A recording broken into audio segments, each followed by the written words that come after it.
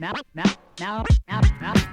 let's begin. 3, 2, 1. Yo, it's your boy Fro in the building. And today, I want to talk about the new 2023 film, Knock at the Cabin, directed by M. Night Shyamalan, starring Batista and Ben Ulrich. Ain't nothing to it but to do it. The thing about M. Night Shyamalan Ding Dong is that his films are very hit or miss. And this is pretty much a general consensus among movie nerds and reviewers.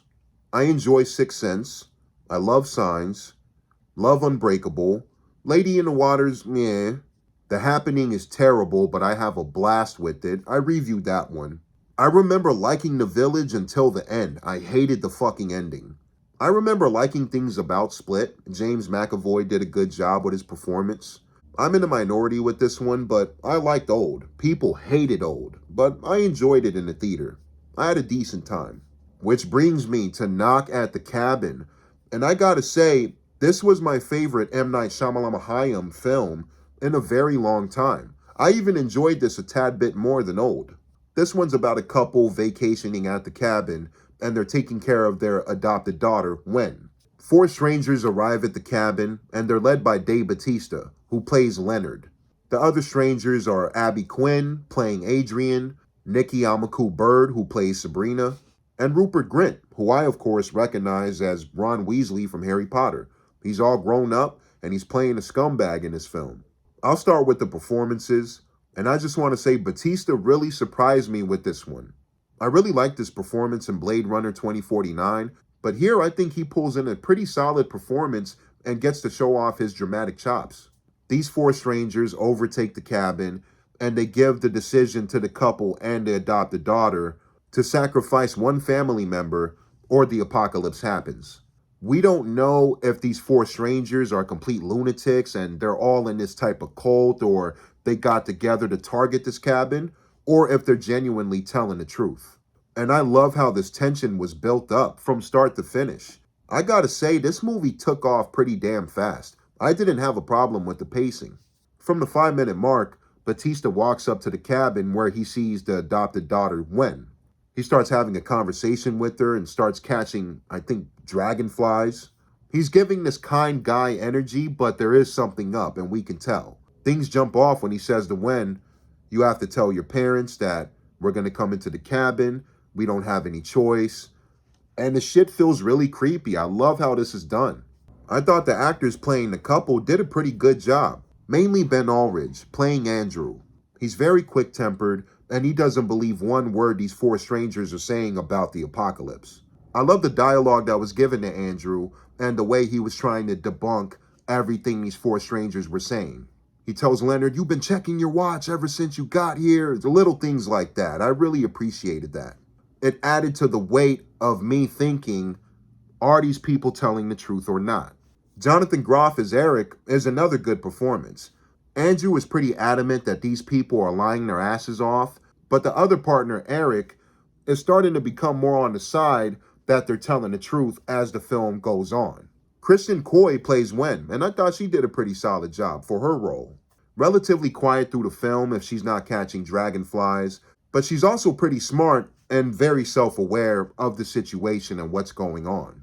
Abby Quinn is a complete psychopath, and at the beginning I thought she was a bit over the top, but later on in the film, something clicked in my head and her performance started to make sense to me, and I started saying to myself, wow, I think it's actually a pretty damn good performance. So hats off to Abby Quinn.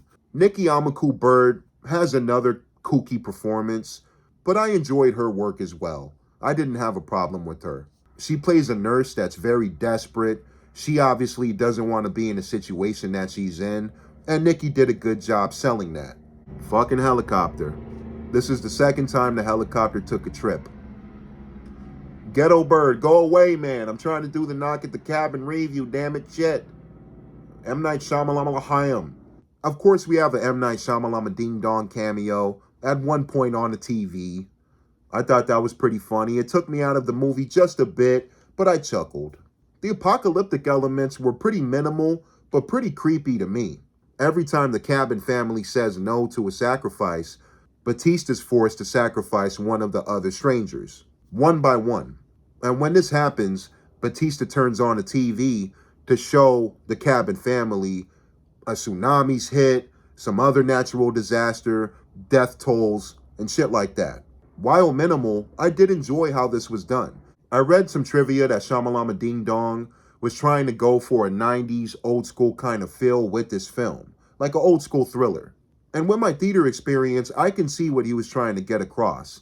There were certain times where I felt this movie did have an old school feel, and I enjoyed it. I actually appreciated that. The opening title logo is the old school Universal Pictures logo, and I thought that was a nice touch. One thing that surprised me about this flick was that the violence is pretty minimal as well. Every time somebody gets killed, it's pretty much an off-screen death. Minus 2 deaths that are like half on-screen, half off-screen. And those 2 deaths I really enjoyed. I'm mainly surprised because of the R rating. Very light R from my eyes.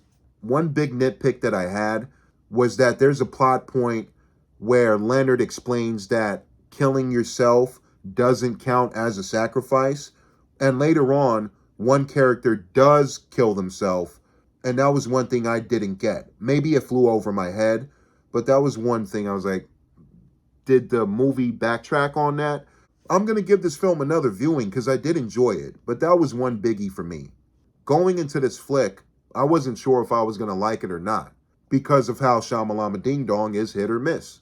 But my personal experience, me sitting down in the theater, I had a good time. In my opinion, I thought the performances were well done. Hats off to Batista, and I can't believe I'm saying this, but hats off to Shamalama Ding Dong. I thought he did a pretty good job directing this flick. But that's it, y'all. It's your boy Fro Thizzle. If you like this movie, comment below. If you didn't like this movie, comment below. I want to hear everybody's thoughts. But that's it. Peace. Until next time.